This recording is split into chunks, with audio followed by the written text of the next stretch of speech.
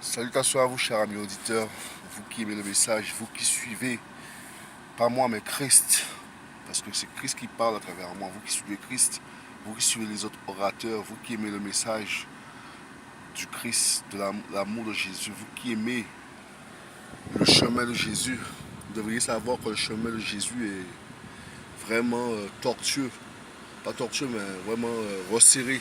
C'est un chemin resserré, c'est un chemin dur. Et beaucoup d'entre nous ne sommes pas assez instruits pour comprendre à quel point c'est difficile la marche chrétienne. Parce que Jésus nous a bien enseigné, il nous a bien enseigné que pour ceux qui veulent entrer dans le ciel, ce chemin est très resserré. Il faut être déchargé, il faut vraiment être déchargé pour pouvoir passer dans ce petit trou qui est le chemin de Jésus, parce que c'est un petit trou. Pour pouvoir entrer dans le ciel, la porte est vraiment resserrée. Donc, large espace sur la porte qui mène à l'enfer, c'est ce que Jésus a enseigné. Donc voilà, c'était une parenthèse. Mais je vais parler du jugement. Avec la grâce du Seigneur, pas avec ma propre force, pas avec ma propre intelligence, mais je vais parler de la grâce de Dieu avec l'intelligence de Dieu. L'intelligence de l'Esprit, avec le Saint-Esprit, avec l'aide du Saint-Esprit. Alors l'apôtre Paul, dans les Écritures dans Corinthiens, notamment 6, verset 1, il disait, ne savez-vous pas que nous jugerons le monde? Et il dit, si c'est par nous que le monde doit être jugé, sommes-nous pas capables de juger le monde? Donc voilà, c'est de ça que je vais parler. Alléluia.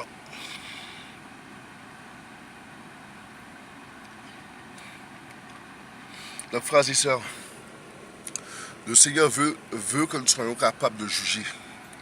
Je parle pour la fin, parce qu'il va nous établir sur les hommes pour pouvoir juger la terre lors de son retour, lors de la fin du monde. Il va nous établir sur les hommes, les femmes et les enfants. Il va nous établir sur eux. C'est-à-dire que nous serons comme des juges pour juger. Nous allons comment dire, nous allons trancher pour savoir quel châtiment méritent les personnes qui seront devant Dieu. Quel degré de souffrance qu'ils méritent. Et nous aurons, le Seigneur me dit, la sagesse, l'instruction de sa part pour savoir. Parce que pour être juge, il faut être sage. Le Seigneur me dit. Si vous n'êtes pas sage, si vous n'avez pas, la science de Dieu, la sagesse de Dieu, vous ne pouvez pas être juge. Et le Seigneur me dit justement, il va nous donner sa sagesse. Il va nous donner son savoir. Parce que lors de son retour, nous serons parfaits. Donc ça veut dire que la connaissance sera, je dirais, plus palpable, plus intense de la manière qu'on le reçoit aujourd'hui. Ça sera plus intense parce que nous connaîtrons vraiment qui est Christ. Nous le verrons et nous le verrons parce que nous serons dans le ciel avec lui. Parce qu'il y a un premier départ. Je parle là de l'enlèvement. Et nous serons parfaits, nous serons remplis de lui, remplis de sa présence et remplis de son intelligence et de sa sagesse. Donc c'est pour cela que nous pourrons juger le monde, juger les hommes, les femmes et les enfants qui sont devant nous, parce qu'il y aura, le Seigneur me montre, il y aura des pupitres pour qu'on puisse trancher, pour qu'on puisse juger, des pupitres pour pouvoir s'adresser aux hommes, aux femmes et aux enfants. Il leur dit, voilà, de la part du Seigneur, ta sentence sera comme ci, comme ça, comme ci, comme ça. Voilà, on va dire que voilà, tu mérites de telle souffrance, tel degré de souffrance, parce que Dieu me montre ta vie. Dieu me montre comment tu as vécu ta vie pendant toute ta vie sur la terre. Ce que tu as fait, tout ce que tu as pu faire, Dieu va nous le révéler. Tout ce qu'un homme a pu faire, ou une femme ou un enfant a pu faire dans sa vie, Dieu va nous le révéler. Ça va être rapide. Ça veut dire que c'est comme... quel exemple prendre pour vous expliquer ça? Tellement c'est rapide. On va avoir l'instruction. C'est comme, je dirais, la télévision, on l'allume, on change de chaîne, on a l'image. Ça sera comme ça. Même là, il n'est pas assez rapide pour vous expliquer ce que je vais vous expliquer. Mais on aura l'image de tout ce que les hommes et les enfants et les femmes ont pu faire. On aura cette image dans notre esprit. On verra leur vie passer. On verra tous les horreurs qu'ils ont pu commettre. Parce que Dieu connaît chaque homme, chaque femme, chaque enfant sur la terre. Et on les verra. On les verra tous ceux qui se cachaient pour commettre des crimes. On va les voir, ils seront devant nous pour qu'on les juge. Et on va voir tout ce qu'ils ont pu faire dans le passé. Donc voilà, c'est ce que Dieu veut nous enseigner. Nous sommes pour beaucoup d'entre nous, nous sommes des juges. Nous ne sommes pas tous juges. Pas tous. Nous ne sommes pas tous juges. Mais beaucoup d'entre nous, ce sont des juges. Ce sont des juges, le Seigneur me dit. Pourquoi? Parce qu'il faut savoir que lorsque l'apôtre Paul parlait, il disait, ne savez-vous pas que vous jugerez le monde? Le Seigneur me dit qu'il ne s'adressait pas seulement, il ne s'adressait pas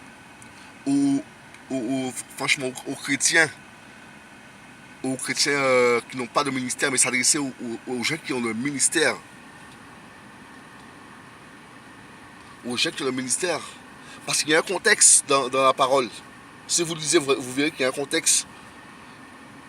Et Dieu s'adressait justement aux orateurs. Et pourquoi nous ne jugeons pas tous le monde? Parce qu'il y a des gens, ils n'ont rien fait. Ils n'ont rien fait, ils sont morts en Christ sans avoir travaillé. Donc ils peuvent pas, donc ils n'ont pas d'expérience. Donc ils peuvent pas, Dieu ne peut pas les établir sur certains fonctionnements, sur certains travails. C'est comme un patron, si tu n'as pas travaillé, si tu n'as pas appris à l'école, tu n'as pas travaillé, Dieu peut pas t'établir, le patron ne peut pas t'établir dans son entreprise. Il te faut de l'expérience. Et justement, comment on acquiert de l'expérience, c'est sous la terre, en travaillant pour Dieu et avec Dieu. On acquiert de l'expérience. Dieu nous entraîne, Dieu nous forme à devenir des juges, déjà sous la terre. C'est pour ça que je dis que nous ne sommes pas tous juges. Parce qu'il y a ceux qui mourront sans avoir travaillé. Il y a ceux qui mourront à la fin de leur vie, ils se repentiront avant de mourir, sans avoir travaillé pour Christ. Ils auront la vie éternelle, mais ils n'auront pas de récompense. Donc voilà, nous ne sommes pas tous juges. Ne croyez pas ça, nous ne sommes pas tous juges. Donc voilà, chers amis. Donc nous allons voir la vie des gens défiler dans notre esprit. Nous allons voir la vie des gens défiler, tout ce qu'ils ont pu faire. Et les gens ne pourront dire que la vérité, que effectivement, c'est bien ma vie. Mais malheureusement, il sera trop tard. Il sera trop tard pour qu'ils puissent s'excuser parce que ce sera le jour du jugement. Pour les crimes qu'ils ont commis, pour tous les avortements, toutes les homosexualités, tous les pédophilies, tous les viols, tous les meurtres qu'ils ont commis. Ils vont devoir payer tous les mensonges, tous les vols. Ils vont devoir payer devant Dieu tout ce qu'ils ont fait. Nous allons juger le monde à la fin des temps. Nous allons juger le monde. Vous devriez le savoir, nous allons juger le monde. Comment savoir si vous êtes juge? Je suis sûr que beaucoup se posent la question. Le Seigneur me le dit. Beaucoup se posent la question. Comment savoir si vous êtes juge? Ben, je vais vous le révéler de la part du Seigneur. Pour savoir comment vous êtes juge, il y a deux façons de savoir. Poser la question ou Dieu vous le révèle lui-même. Parce que moi, je n'ai pas posé la question de savoir si j'étais juge. C'est Dieu qui me l'a révélé. Oui, je suis juge. Dieu me l'a révélé. Et je ne vous l'ai pas caché. Je vous ai dit que je suis juge. Donc voilà. Ça veut dire que je peux régler divers litiges dans les assemblées. Divers litiges entre frères ou entre sœurs et sœurs. Je peux régler ces litiges avec la sagesse et l'intelligence de Dieu. Avec le Saint-Esprit qui est en moi. Je peux régler les litiges dans les assemblées. Je peux résoudre, je dirais, des faits, des crimes qui ont été commis au sein de l'assemblée. Grâce à Dieu, grâce à son intelligence et sa sagesse. Je peux résoudre certains problèmes.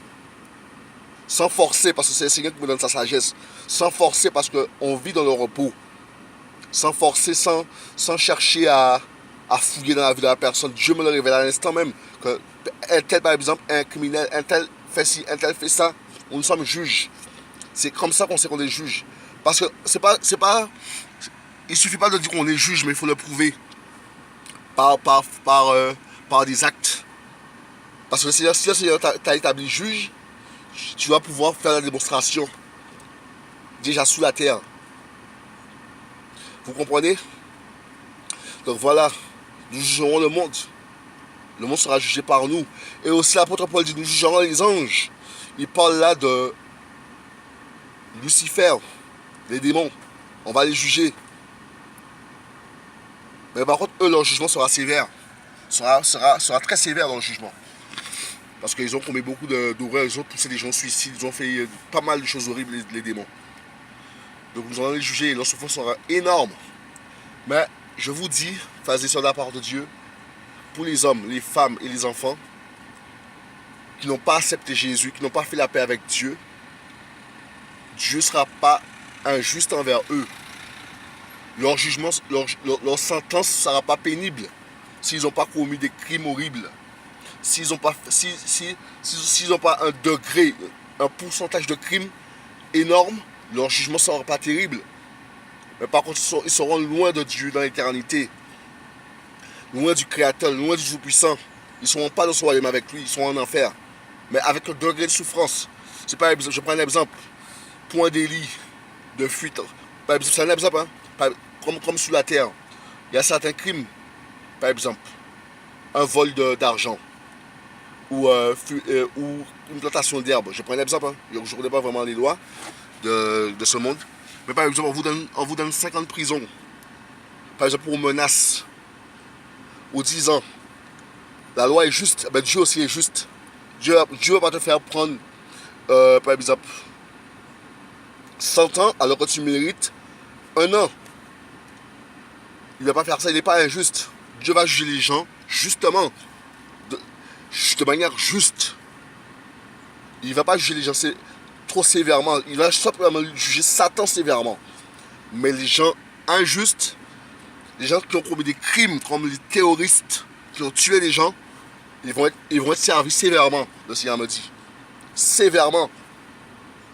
Ils vont être servis sévèrement de la part de Dieu. Parce qu'ils ont ôté des vies. Ils ont ôté plusieurs de vies. Ils ont commis des attentats. Donc ils vont être servis sévèrement. Donc voilà. Bon, je m'arrête là. C'était Lionel, disciple et apôtre de Jésus-Christ, au service du Seigneur et à votre service. À une prochaine fois, si le Seigneur le permet. Amen.